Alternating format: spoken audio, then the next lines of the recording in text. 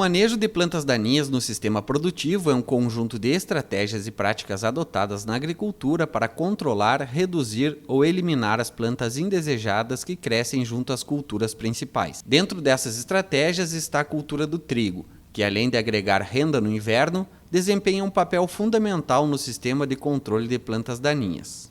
O trigo é uma cultura-chave para o controle de plantas daninhas dentro do sistema produtivo. Para termos áreas livres de plantas daninhas nos cultivos de verão, precisamos ter áreas livres destas plantas durante o inverno. As dessecações pré-semeadura da cultura do trigo precisam ser realizadas com o foco de um controle total das plantas daninhas, para que assim possamos entrar com a cultura do trigo em áreas livres de plantas daninhas. Posteriormente, no perfilhamento, é muito importante o produtor escolher estratégias que sejam eficazes no controle de plantas daninhas, pensando principalmente em plantas de buva e plantas de azevém neste estágio. Outra ferramenta para o controle de plantas daninhas é o manejo outonal, que é o espaço de tempo entre a colheita da soja e o estabelecimento da cultura de inverno. Dentro do controle de plantas daninhas no sistema produtivo, temos um momento do ano que é muito importante para o controle principalmente de plantas de buva pequenas, que é o manejo outonal. O manejo outonal consiste no controle de plantas daninhas após a colheita da cultura da soja, que culmina com o momento em que nós temos o primeiro fluxo de emergência de plantas de buva no estado do Rio Grande do Sul. Então, neste período, em torno de abril e maio, precisamos estar atentos às nossas áreas para realizar um controle com herbicidas ou então utilizarmos culturas de cobertura para impedir a emergência destas plantas daninhas nas áreas. Este manejo, no manejo outonal, ele é muito importante para que tenhamos áreas livres de plantas daninhas, principalmente de plantas de buva durante o inverno, e também muito importante para que quando chegarmos no momento da dessecação pré-semeadura da soja, tenhamos apenas plantas de buva pequenas que emergiram no segundo fluxo, que é em torno de setembro e outubro. Um problema muito comum nas lavouras de trigo é o escape de plantas de buva, que acabam ganhando um porte muito grande e precisa de um cuidado especial após a colheita. Em áreas onde o produtor não conseguiu realizar o controle de plantas de buva no perfilhamento do trigo, vamos chegar neste momento pré-colheita com plantas de buva que vão se sobressair à cultura do trigo. E, consequentemente, estas também serão cortadas no processo de colheita.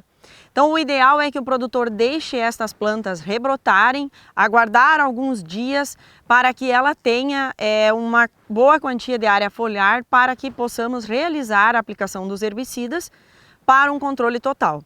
Um ponto de atenção aos produtores é que neste momento nós temos uma planta rebrote, nós temos uma planta que possui um sistema radicular bem desenvolvido e, portanto, o seu controle deve requerer muita atenção, pois deveremos fazer misturas de herbicidas para que o controle seja eficaz e possamos entrar então na cultura da soja sem a presença destas plantas de buva. A dessecação pré-colheita da cultura do trigo, que visa a antecipação da retirada do trigo do campo, também pode ser uma ferramenta que auxilia no controle de plantas daninhas pequenas. Fomos até o município de Boa Vista do Cadeado conversar sobre o assunto com o produtor Bruno Gai. Aqui a gente está realizando então a dessecação da cultura do trigo, né, pré-colheita. Essa dessecação é muito usada aí pelos produtores e traz vários benefícios aí para a cultura.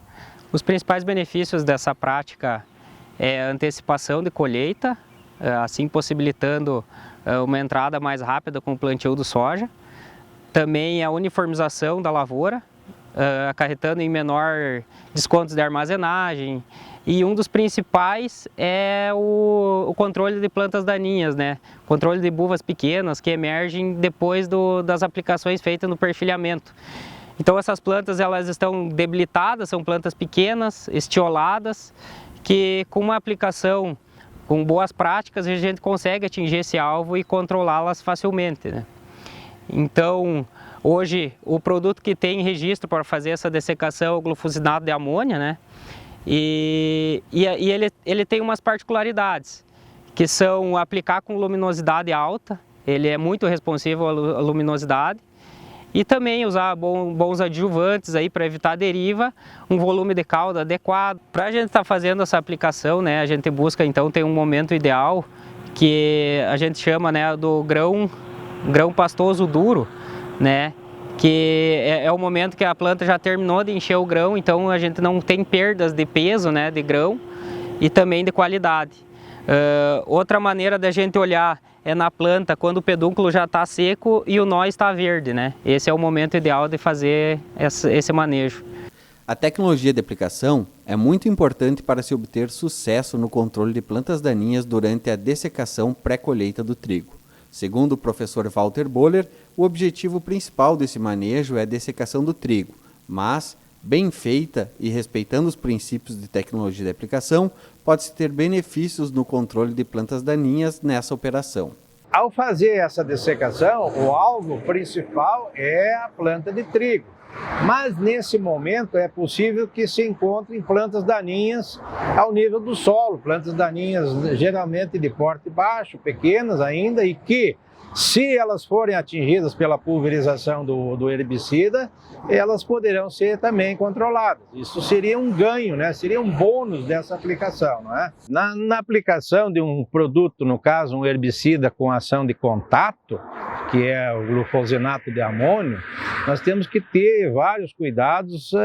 Alguns são normais para qualquer aplicação, mas com esse herbicida a gente tem que ter alguns cuidados extras. O produto está recomendado em bula e ali tem as indicações, por exemplo, do volume que deve ser utilizado, né? O volume de cauda.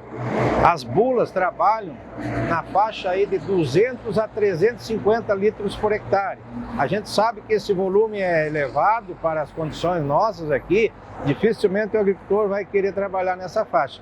Então, o mínimo do mínimo seria trabalhar aí com 100 litros por hectare, não é? Mas sabendo que esse já pode ser limitante em algumas condições, não é?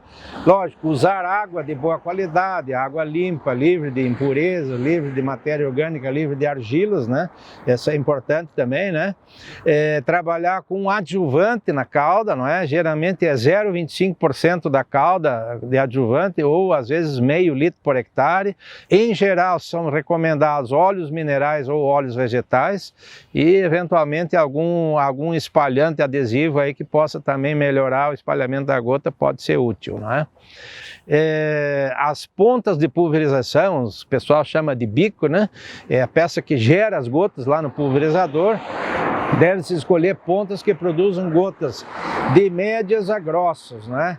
Grossas com volume mais alto também, não é? Então não dá para trabalhar com gota grossa e volume baixo. Se trabalhar com volume menor, então pontas que produzem gotas médias, que essas têm um grande número de gotas e com isso consegue atingir melhor o alvo. A gente poderia dar como exemplo pontas conhecidas aí da família Turbo Tijet, TT, ou da família da Tijet, no caso, e da ST da Magnum Jet. São pontas aí similares, que são de jatos planos e tem um grande ângulo de abertura. Isso permite, então, uma maior chance dessas gotas atingirem diferentes partes das plantas, aí os diferentes alvos, né?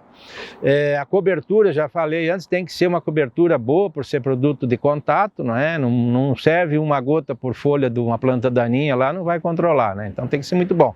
Para ter essa cobertura uniforme, nós vamos ter então um espaçamento uniforme entre bicos na barra, geralmente é meio metro, 50 centímetros, e a altura da barra acima do alvo também, acima da cultura, no caso, acima do topo das plantas de trigo cevado, tem que ser de 50 centímetros aproximadamente, não é? Não pode variar muito além disso. Em relação às condições ambientais aí, né? Condições do ar, né?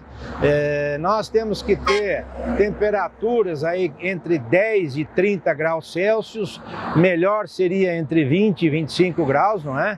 Temperaturas muito altas vão favorecer perdas de gotas por evaporação e temperaturas muito baixas vão dificultar e vão atrasar o funcionamento do produto, né?